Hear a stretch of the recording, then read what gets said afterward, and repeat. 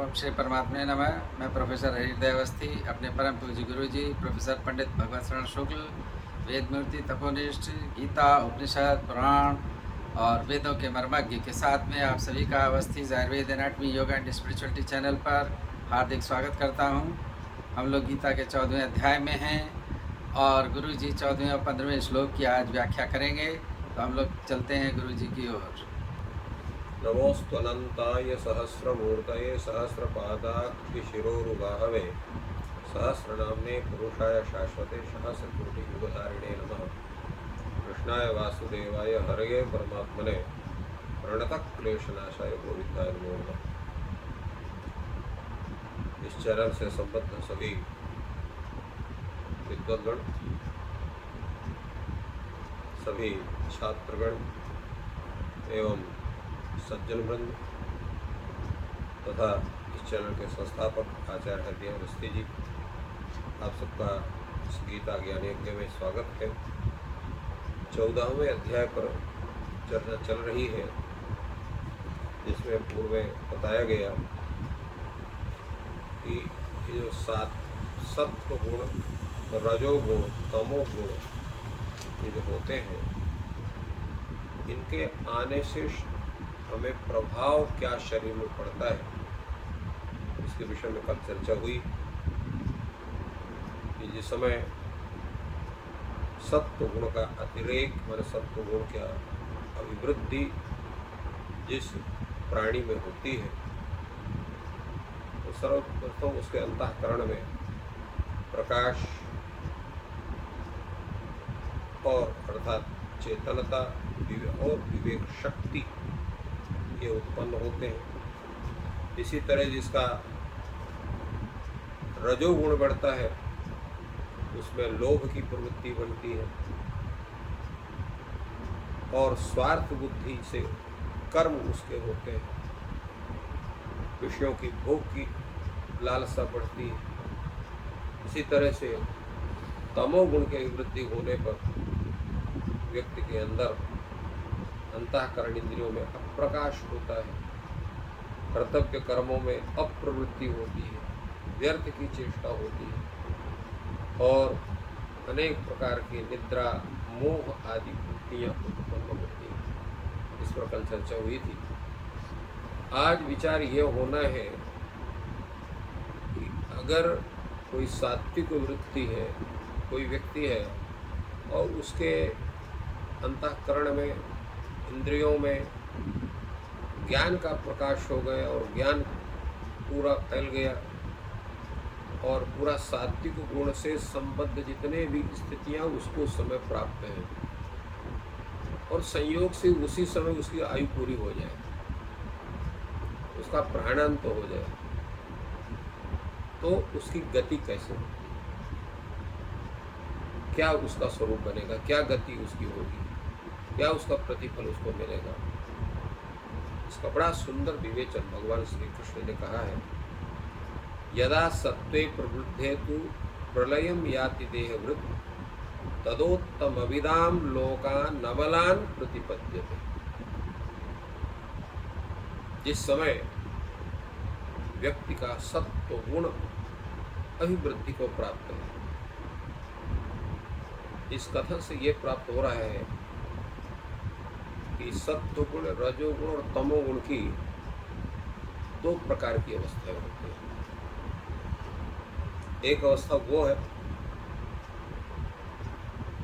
जो व्यक्ति जन्म से लेकर के और मरण पर्यंत पूर्ण सात्विक जीवन 100% बिताने का संकल्प करके और तद्रूप अपने को जो है अपने जीवन रथ को आगे बढ़ाता है। और इसी तरह से रजोगुण वाला व्यक्ति करता है, तमोगुण वाला व्यक्ति करता है। परंतु कभी बीच में किसी का भाग्योदय हो गया, गुरु की कृपा हो गई या इष्ट की कृपा हो गई, तो बीच में भी सत्व गुण का प्रभाव बन सकता है। हम लोग देखते हैं कि अत्यंत स्वार्थी व्यक्ति भी ऐसी घटना उसके साथ घटती है कि अत्यंत परमार्थी बन जाता है। और ऐसा भी देखा जाता है शुरू से जो बड़ा परमार्थी है उस ऐसी दुर्घटना उसके साथ होती है कि बड़ा स्वार्थी बन जाता है। तात्पर्य ये है कि जीवन चक्र में कब कौन सी एक ऐसी स्थिति बन जाए कि व्यक्ति के सामान्य स्वभाव में परिवर्तन हो जाए। जो व्यक्ति अत्यंत नास्तिक है वो आस्तिक बन जाए, दुष्ट व्यक्ति प्रकृत्या साधु बन जाए, और या साधु प्रकृति का व्यक्ति दुष्ट रूप में परिणत हो जाए। ऐसी भी स्थितियां बनती हैं। इसलिए भगवान श्री कृष्ण ने कहा यदा सत्वे प्रवृद्धे तु कहा।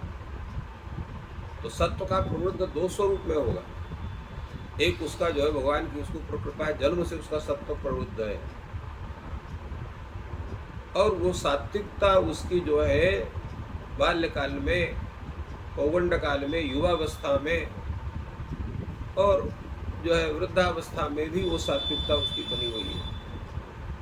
और एक व्यक्ति है कि पहले उसकी सात्विकता नहीं है, किंतु प्रभु कृपा हुई, गुरु की कृपा हुई तो सात्विक जीवन उसका बन गया। इसलिए भगवान ने यह दोनों को लेकर कहा यदा सत्वे, यदा यस्मिन काले, यस्याम अवस्थायाम, जिस अवस्था में, जिस काल में सत्वे प्रवृत्ते, सत्व गुण का अभिवृद्धि रहती है, सत्व गुण बढ़ा रहता है, और उस समय देहभृत प्रलयम याति, वह देहधारी प्रलय को प्राप्त करता है, अर्थात उसकी मृत्यु होती है। तो क्या उसकी गति होगी? तदा उत्तम विदाम लोक अमलान लोकान प्रतिपत्यते, तो वो अमल लोकों को प्राप्त करता है। अमर लोक क्या है? ये उत्तम विद कौन है? एक ये भी प्रश्न उठता है। भगवान ने बतलाया उत्तम विद वो है जो शास्त्र विहित कर्म और उपासना ही जिनका लक्ष्य है। शास्त्र विहितम यत् कर्म या च देवानाम उपासना तदेव लक्ष्यम येषां ते उत्तम विदा। जिनको शास्त्र ही जिनका, शास्त्र ही का चक्षुष, शास्त्र ही जिनकी आंखें सब शास्त्र के माध्यम से देखते हैं। क्योंकि शास्त्र कभी किसी का अहित नहीं करते, हित ही चिंतन उनका स्वरूप शास्त्र। तो जो शास्त्र के अनुसार, इसलिए गीता में भगवान ने पूर्व कहा यह शास्त्र विधि मुत्सृज्य वर्तते काम कारता, शास्त्र विधि का उल्लंघन करने से व्यक्ति की हानि ही होती है। लोग कहते हैं ऐसा बंधन करने का स्वतंत्र होना चाहिए। स्वतंत्र शब्द का अर्थ ही क्या है? स्वतंत्र का मतलब होता है संविधान के अनुसार आपकी संपूर्ण प्रक्रिया होनी चाहिए, दिनचर्या भी होनी चाहिए, कार्य प्रणाली भी होना चाहिए। तो वो कानून के अनुसार, यहाँ शास्त्र भी वही कानून ही है। शास्त्र कहता है कि ये इसके करने से अन्य लोगों को कष्ट होगा, इसलिए वो काम आपको नहीं करना है, ये शास्त्र कहता है।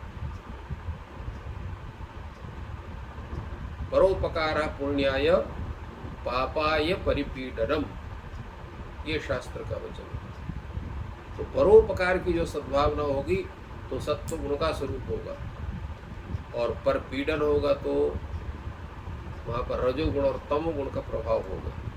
इसलिए शास्त्र के अनुसार, उसमें शास्त्र में जैसा प्रतिपादन है वैसे ही कर्म को करने वाला और अपने इष्ट की उपासना करने वाला, तो इष्टोपासना और शास्त्र विहित कर्म, ये इसको कहते हैं उत्तम। और इसी उत्तम को जानने वाला व्यक्ति उत्तम विद, उत्तमम वेत्ति उत्तम विद, और तेषाम उत्तम विदाम,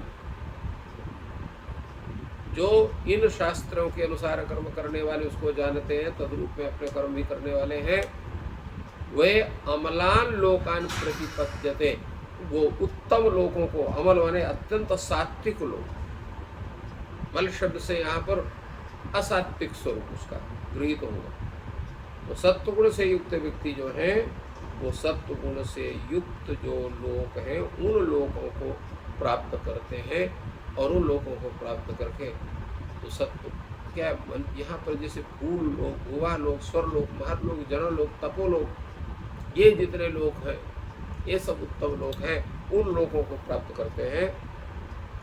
इसलिए सत्वगुण का सबसे बड़ा प्रभाव है। और एक बड़ा सुंदर है, जब आपके मस्तिष्क में विश्व के जितने जीवधारी हैं सबके प्रति स्नेह हो करके और सब में भगवत स्वरूप दृष्टि की स्थिति आपकी बनती हो, तो ये जानिए सात्विकता में आपका प्रवेश हो रहा है, सात्विकता की स्थिति आपकी बन रही है।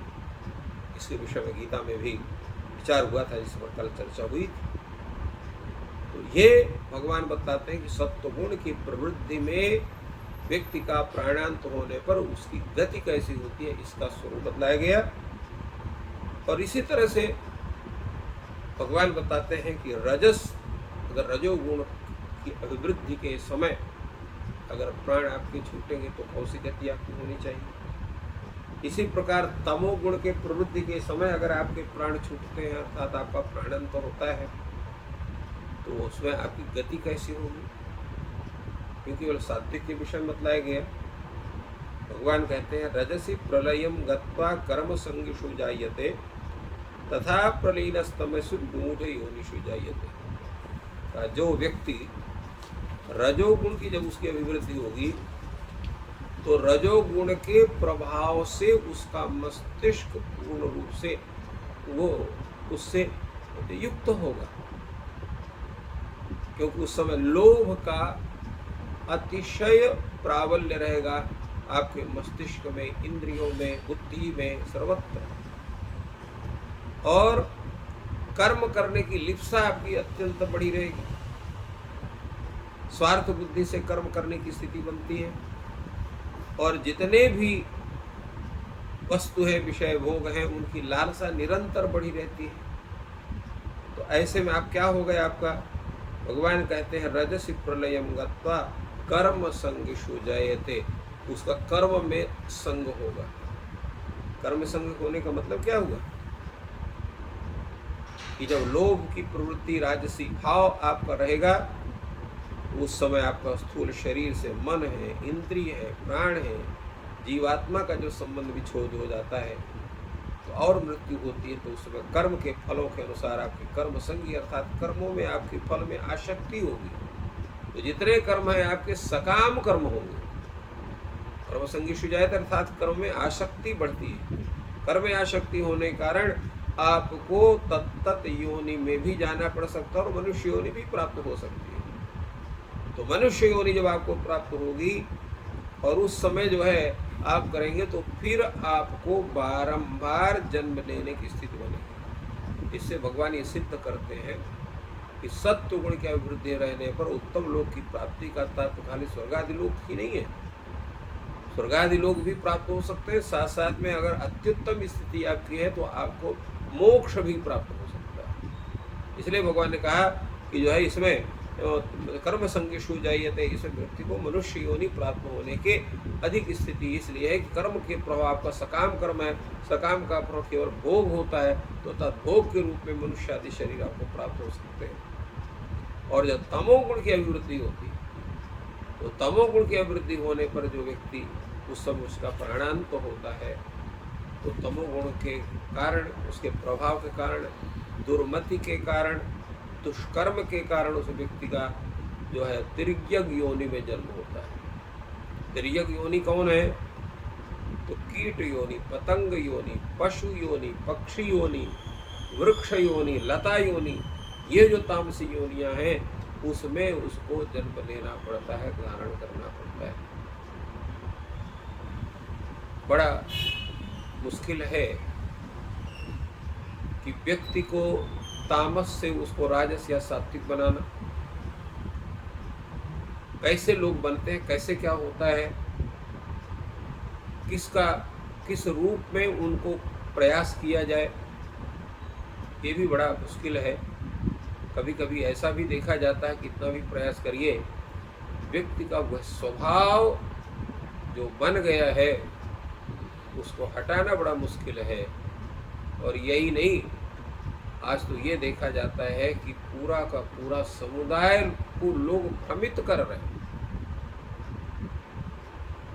सीधे कहते हैं कि आप किसी शास्त्र को नहीं पढ़ेंगे। जैसे पहले के जमाने में राक्षस लोग कहा करते थे कि अगर कोई पुराण की बात करे, कोई वेद की बात करे, शास्त्र की बात करे, उसको चुप करा दो। किसी को वेद नहीं पढ़ना है, किसी को शास्त्र नहीं पढ़ना है, पुराण नहीं पढ़ना है, स्मृति नहीं पढ़ना है, किसी देवता की पूजा नहीं करना है, किसी विद्वान का सम्मान नहीं करना है, किसी संत का सम्मान नहीं करना है। शपथ लेकर के हमने देखा है कि लोग शपथ करके सबको प्रतिज्ञा करा रहे हैं कि ये सब नहीं करना है, किसी अन्य संप्रदाय को भी भजना है और उसी को मानना, बाकी कुछ नहीं मानना। तात्पर्य ये है कि जो एक मानव के लिए मानवोचित आचरण है, उससे भी लोग अपने को दूर हटाने के लिए तत्पर हो रहे हैं, केवल द्वेष के कारण या उस अपने बढ़े हुए तमोगुण के कारण। परंतु अगर कोई व्यक्ति ये समझता है कि मानव जीवन का जो रहस्य है, मानव जीवन की जो उन्नति है, वो सत्व गुण के आधिक्य में ही हो सकती है। अन्य गुणों में केवल दुख के अलावा कुछ नहीं मिलने वाला है। न इस जन्म में सुख मिलेगा, न अगले जन्म में सुख मिलेगा, न स्वर्ग में सुख मिलेगा, न नरक में सुख मिलेगा, कहीं भी नहीं मिलने वाला है। और व्यक्ति अगर ये सोचे कि हम बड़ा कार्य कर रहे हैं, किसी की अगर एक व्यक्ति किसी को, अब आजकल तो ये है, अगर किसी को एक रोटी भी देते हैं तो उसको भी तो लोग उसका यश लेना चाहते हैं, मैंने उसको रोटी खिलाई। शास्त्र यहाँ तक कहते हैं कि जब आप दान देते हैं तो दाहिने हाथ से दान दीजिए तो बाएं हाथ को पता नहीं लगना चाहिए कि आप दान दे रहे हैं। क्यों? जिस दिन अपने मुंह से आप कह देते हैं कि हमने ये दान दिया, वही दान का फल आपका समाप्त हो जाता है। दान ये दंभ के लिए, दर्प के लिए, दिखावे के लिए नहीं दिया जाता है, केवल किसी सहायता के लिए। जो वो व्यक्ति है जिसके लिए आपकी सहायता आवश्यक है, उसको सहायता दीजिए और उससे आपको, उसकी प्रसन्नता से जो आपको सुख मिलेगा वो अलौकिक सुख है, और वही आपके जीवन को तामस रहते हुए भी वो सात्विक रूप में परिवर्तन करने का प्रयास बनता है। इसलिए भगवान ने ये नहीं कहा कि जो हमेशा सात्विक रहेगा उसकी स्थिति बदलेगी, जो हमेशा राजस रहेगा उसका ये स्वरूप होगा, जो हमेशा तामस रहेगा तब उसकी स्थिति बनेगी। भगवान सीधे कहते हैं यदा सत्व प्रवृत्ति, जब सत्व प्रवृत्त होगा, अगर तो सत्व प्रवृत्त अपने अंदर, तामस होने पर भी कर सकते हैं, राजस होने पर भी कर सकते हैं। तो व्यक्ति को अपने जीवन को सात्विक बनाने का प्रयास हमेशा करना चाहिए, तभी जीवन सफल होगा। यही गीता का और इन श्लोकों का ये भाव भगवान ने हम लोगों के कल्याण के लिए किया। तो आज की बहुत ही सुंदर चर्चा रही कि हमेशा जीवन में मनुष्य को सत्व के गुणों का अपने अंदर आधान या अभ्यास करना चाहिए, जिससे कि अंत समय में वो मोक्ष की प्राप्ति कर सके। और ये ज्ञान आपको लाभप्रद लग रहा है तो वीडियो को शेयर और लाइक करें। ईश्वर आपकी सहायता करें।